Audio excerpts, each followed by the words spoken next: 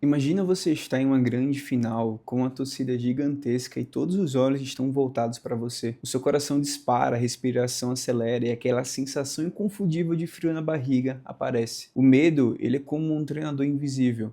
Ele pode te desafiar a dar o seu melhor ou ele pode te impedir de avançar. No episódio de hoje vamos entender como essa emoção ela pode ser uma aliada nos momentos decisivos e o que pode ser feito para você não deixar que ela te paralise.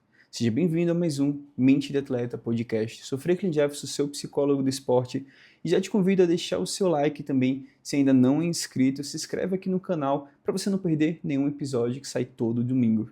O medo ele é uma emoção primária, ele é profundamente enraizado na evolução humana. O medo ele foi crucial para a nossa sobrevivência como espécie.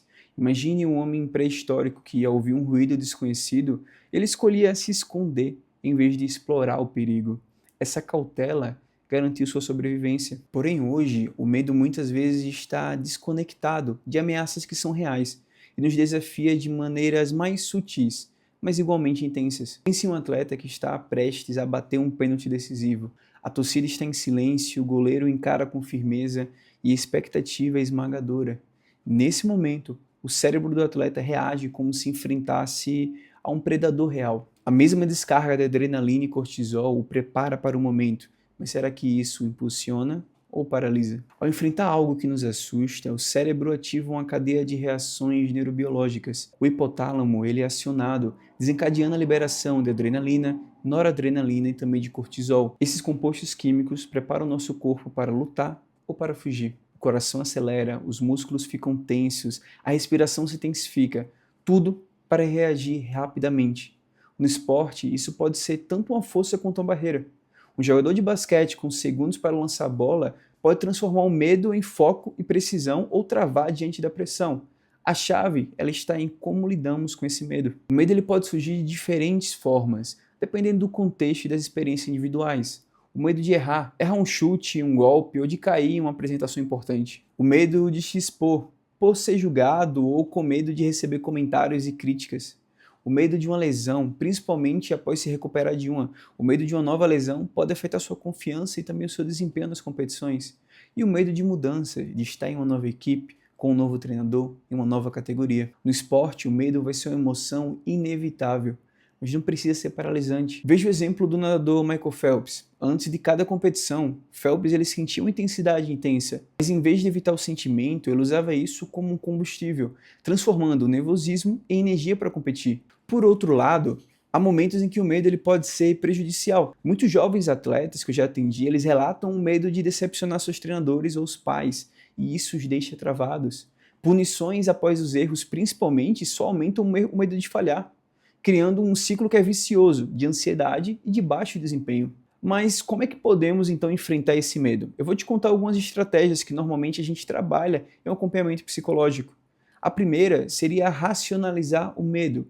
Pergunte-se, de onde vem esse medo? Ele é real ou ele está sendo ampliado pela minha mente? Exemplo, um corredor ele pode sentir medo de não completar uma maratona, mas ao refletir, ele percebe que treinou consistentemente, se alimentou bem e tem boas chances de sim terminar a prova. A segunda estratégia é aceitar o medo. Encare o medo como um sinal de alerta, não como um inimigo. Ele está lá para ajudá-lo a agir com prudência, não para impedi-lo de tentar. A terceira estratégia é usar o poder da imaginação.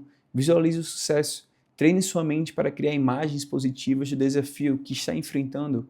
Um exemplo é um goleiro de futebol que pode estar imaginando uma defesa perfeita antes de um pênalti, criando mais confiança para o momento real. A quarta estratégia é cultivar um diálogo interno positivo. Substitua pensamentos negativos por palavras de encorajamento. Exemplo, um tenista antes de uma final, ele pode pensar, eu estou preparado para isso, eu treinei para esse momento, eu vou dar o meu melhor. E a quinta estratégia é buscar suporte. Conversar com o seu treinador, com um psicólogo ou amigos pode oferecer novas perspectivas para o seu medo. Kobe Bryant, por exemplo, que é uma lenda do basquete, ele frequentemente destacava como conversas com seus mentores, como Phil Jackson, que era seu treinador também, o ajudavam a superar medos e desafios. O medo ele pode ser uma força poderosa, tanto para o bem quanto para o mal.